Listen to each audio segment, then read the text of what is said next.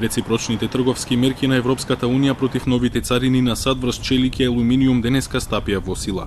Царини се воведуваат за челикот, Харли Дейвидсон мотоциклите, тутунот, бурбонот и сокот портокал меѓу другите производи. Европските царини генерално ќе бидат од околу 25%, но експертите тврдат дека и покрај помпезното најавување сепак царините не прават толку голема штета. Целата работа има фолклорен карактер затоа што царините и од двете страни не прават вистинска штета. Не станува збор за трговска војна. Ова може да е само подготовки за почеток на таква. Печатокот е дека производите на кои Брисел воведе царини се специфично селектирани за да се постигне максимален политички ефект. Бурбонот се произведува во Кентаки, државата од каде што доаѓа лидерот на мнозинството во Сенатот Мич Меконел. Портокалите пак се главен извозен производ на Флорида, која е клучна неопределена држава во САД. Аналитичарите очекуваат одговор од Трамп затоа што во ноември има избори за представници во Конгресот.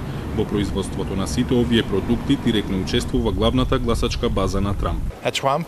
Трамп е доволно паметен за да не претера.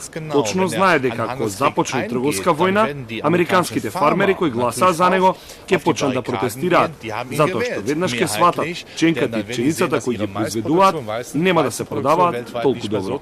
И двете страни тврдат дека нема да се зголемат малопродажните цени како резултат на новите царини, но Американската асоциација за облека и обувки пресмета дека трошоците на едно просечно семејство со 4 членови ќе се зголемат за дополнителни $500 годишно, но се очекува и како резултат на зголемените малопродажни цени трговските компании да побараат снабдувачи од други држави што ќе предизвика дополнителни проблеми во американската економија, кои администрацијата не ги предвидела започнувајќи трговската војна со довчерашните трговски партнери.